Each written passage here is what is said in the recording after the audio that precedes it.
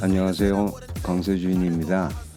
제가 한동안 영상을 올리지 못했는데 컴플렉스콘 2021을 영상에 담고 싶어 준비하느라 다른 걸 하지 못해서 그랬습니다. 제가 컴플렉스콘에 가보고 싶었던 이유는 MZ 세대들의 문화와 패션을 몸으로 경험해서 이해하고 싶어서였습니다. 우리 아이들이 스트리트웨어 패션의 유행을 정말 좋아하는데 미국에서 가장 큰 스트리트웨어 패션 컨벤션으로 알려진 컴플렉스콘에 가보면 정말 빠르게 바뀌어가는 문화와 유행을 이해하고 우리 아이들을 좀 더 이해하기 쉬울 거라는 생각이었습니다. 이곳을 방문한 결론을 먼저 말씀드리면 제게는 정말 큰 충격적인 이벤트였습니다. 나쁜 의미의 충격이 아니고 신선하고 내가 상상하지 못했던 젊은이들의 종합 엔터테인먼트 이벤트라고 해야 하나요? 저는 그냥 스트리트웨어 패션을 판매하는 패션 이벤트라고 생각을 하고 갔습니다만 제가 완전히 틀렸습니다. 미국뿐 아니라 세계적으로 젊은 MZ 세대에서 인싸가 되기 위해서는 컴플렉스콘을 알고 가봐야 한다는 말이 이해가 되더군요. 여러분에게 컴플렉스콘을 소개하고 제 나름대로의 분석과 제가 발견한 보석 같은 브랜드, 쇼핑 등의 정보를 여러분과 함께 공유하도록 하겠습니다. 여러분도 이 영상을 보시면 글로벌 젊은 세대의 인싸가 되실 겁니다. 참고로 이 이벤트의 분석은 저희 개인적인 의견과 분석임을 먼저 말씀드립니다. 컨벤션은 미국 캘리포니아 롱비치의 컨벤션 센터에서 11월 19일에서 20일까지 열렸습니다. 이름처럼 이 이벤트는 아주 컴플렉스해서 딱히 어느 한 단어로 정의하기 힘든 것 같습니다. 스트리트웨어 패션의 판매 이벤트이지만 다양한 오락, 게임, 술, 아트, 음악과 콘서트가 동시에 벌어지는 종합 이벤트라고 해야 맞는 것 같습니다. 의미가 정말 컴플렉스한 컨벤션이라 컴플렉스콘이라 이름 지었나? 참 잘 지었네 하는 생각이 들었습니다. 입장료가 제일 싼 게 하루 100불에서 VIP 티켓은 600에서 1000불까지 하는데 VIP 티켓은 진작에 매진이 되어 버리더군요. 이렇게나 비싼 돈을 내고 이벤트에 가야 하나? 정말 궁금해지더군요. VIP 티켓과 일반 티켓의 차이는 일반 게스트보다 2시간 먼저 입장을 할 수 있다는 것 말고는 큰 차이가 없는데 왜 그렇게 비싼 돈을 내고 들어갈까 하는 궁금증은 그곳에 가보니 쉽게 풀렸습니다. 컴플렉스콘의 참가 업체에서 무료 기념품이나 사은품을 방문자들에게 나누어주는데 정말 긴 줄을 기다려야 하기 때문에 하루 종일 돌아다녀도 다 얻을 수가 없는데 그에 반해 VIP 티켓으로 한정된 인원만 일찍 입장해서 한가롭게 각 부스를 다니며 관람도 하고 기념품을 얻어서 모을 수가 있더군요. 재미있는 건 이런 무료 사은품 또는 기념품을 온라인에서 팔 수가 있는데 부지런하게 모은 사람은 1200불에서 2000불까지 돈을 벌 수 있다고 합니다. 그래서 600불의 입장료를 내더라도 오히려 돈을 벌 수 있기 때문에 VIP 티켓이 아주 빠르게 매진이 되어 버리더군요. 저는 미국의 큰 패션 관련 이벤트를 대부분 다 가봤습니다. 라스베가스의 매직쇼, 뉴욕 패션 위크, LA 패션 위크나 패션 이벤트, 마이애미 아트 베이즐 등 다양한 컨벤션을 가봤지만 컴플렉스콘은 이들과는 완전히 다른 별천지 이벤트라고 할 수 있습니다. 처음 입구에 들어갔을 때 자욱한 연기와 냄새, 아니 이게 뭔가 대마초? 다른 어느 이벤트도 실내에서 흡연이 허용되지 않는데 이곳에서는 허용이 되는데 담배는 안 되고 대마초는 된답니다. 물론 캘리포니아는 대마가 합법이기는 하지만 이벤트장 실내에서 허용이 된다? 약간 충격적이었죠. 자세히 보니 실내에 돌아다니는 많은 사람들이 모두 걸어다니면서 피우고 모여서 피우고 아무도 제재나 이상한 눈으로 바라보지 않더군요. 별도의 공간이 아닌 각 참가업체 전시관하고 같이 위치한 센터 스테이지에서는 귀청이 떨어지도록 울려대는 힙합 뮤직 소리, 춤추고 싶으면 아무 곳에서나 춤을 추고 다양한 게임을 즐기는 모습을 보니 젊은이들의 천국이 따로 없구나 하는 생각이 들더군요. 제가 이런 모습을 보면서 들었던 생각이 마치 내가 우드스탁에 온 것 같다는 것이었습니다. 이 영상을 보는 대부분의 시청자들은 아마 우드스탁 페스티벌에 대해서 모를 거라고 생각합니다. 20세기의 가장 충격적이고 기념비적인 이벤트가 우드스탁 뮤직 앤 아트 페어로 1969년 8월 15일부터 8월 18일까지 열렸던 페스티벌로 그 당시 월남전을 반대하고 진정한 자유의 포출을 추구하던 젊은이들이 구름대처럼 모여 대마초를 피우고 히피 같은 캠핑 그리고 락 음악과 포크 음악을 즐겼었는데 기성세대의 눈에는 충격과 경악의 이벤트였지만 젊은이들에게는 젊음의 해방구 같은 역할을 했었죠. 제가 10대 때 이곳에는 직접 가지는 못했지만 이곳에서 공연한 밥 딜런, 존 바에즈, 조 카커, 크로스비 스틸 내시 앤 영, 제퍼슨 에어플레인, 산타나, 지미 핸드릭스 등의 음악인을 좋아해서 우드스탁 LP판을 집에서 크게 틀어놓고 우드스탁에 온 것처럼 상상하며 놀았던 기억이 있었는데 53년이 지나서 컴플렉스 콘에서 마침내 우드스탁에 왔다는 착각이 들었습니다.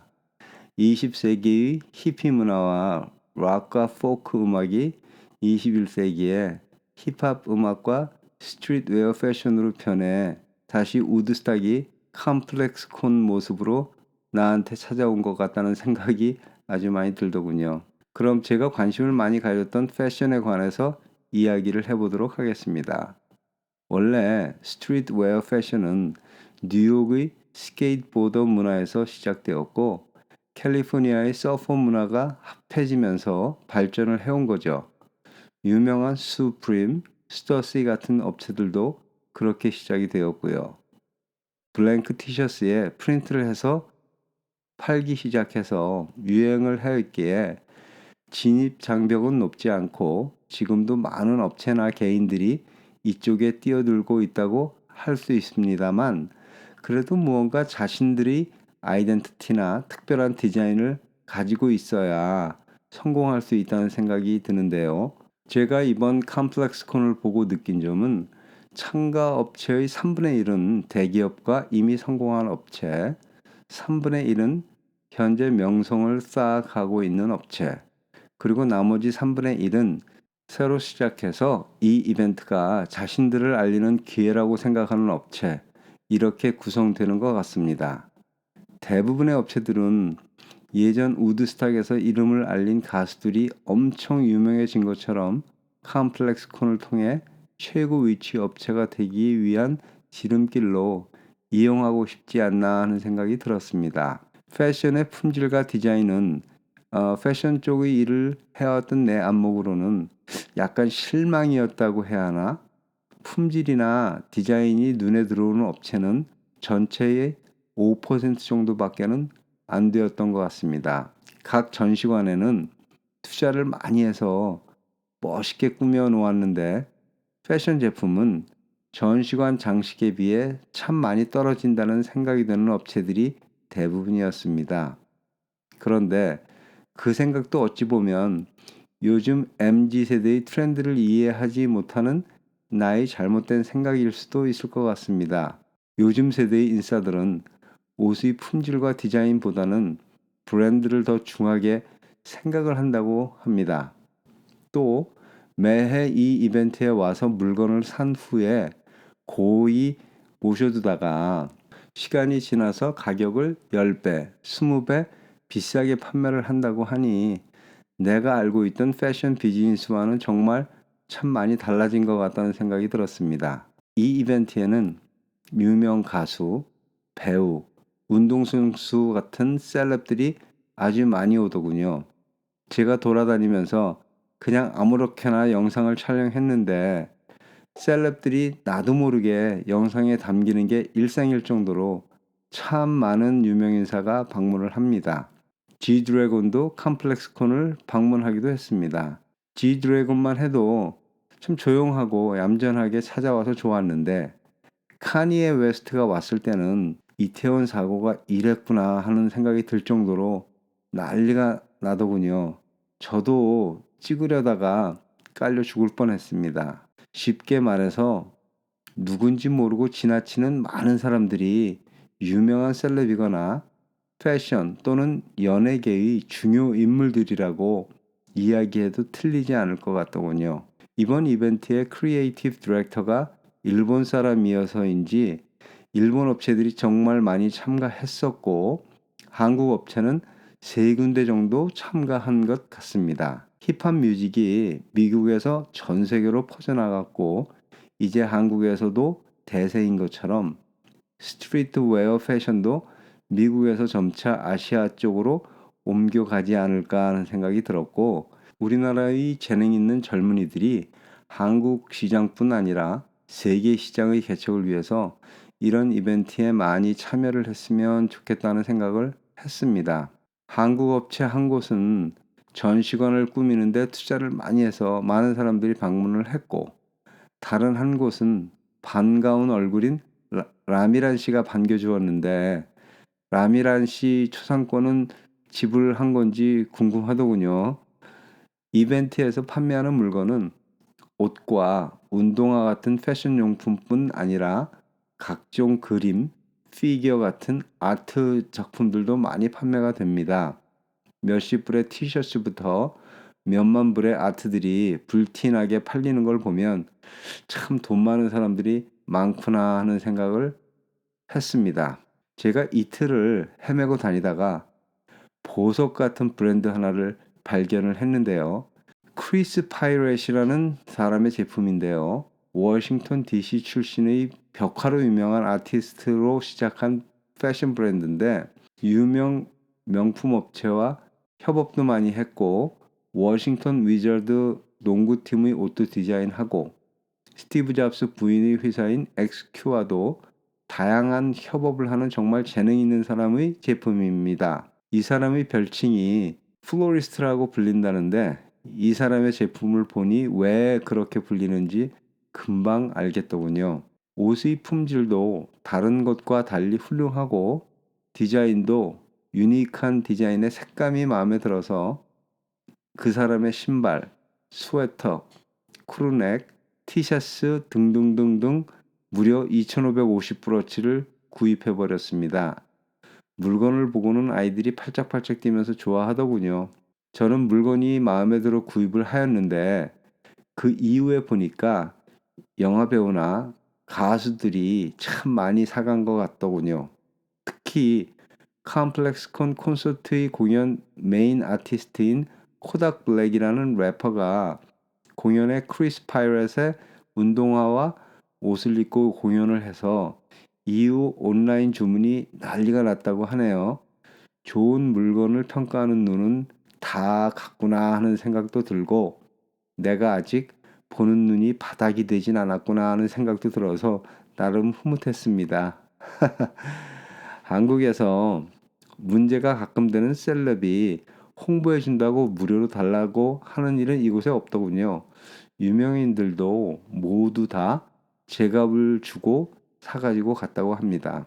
이번에 경험한 컴플렉스콘은 제게는 즐거운 문화 충격이었고 젊은 세대를 이해하는 데 큰 도움이 되었습니다. 여러분들에게 좀 더 자세하고 유익한 정보를 더 제공해서 신세대의 유행을 알려드렸으면 좋겠다는 생각이 많이 듭니다. 그래서 제가 찾은 보석 크리스 파이렛은 정말 엄청 큰 브랜드가 될 것이라고 장담을 합니다. 여러분도 한번 관심을 가지고 지켜보면 제 말이 맞는지 틀리는지 아시게 될 겁니다. 하나의 영상으로는 컴플렉스 콘과 크리스 파이렛을 다 담기가 어려워서 제가 2편의 영상을 올리려고 합니다. 다음 편 컴플렉스 콘 2탄을 기대해 주시기 바라며 여러분에게 미소와 행복이 오늘부터 시작되는 즐거운 인생이 항상 같이 하기를 기원하며 여기서 인사드리겠습니다. 건강하시고 안녕히 계세요.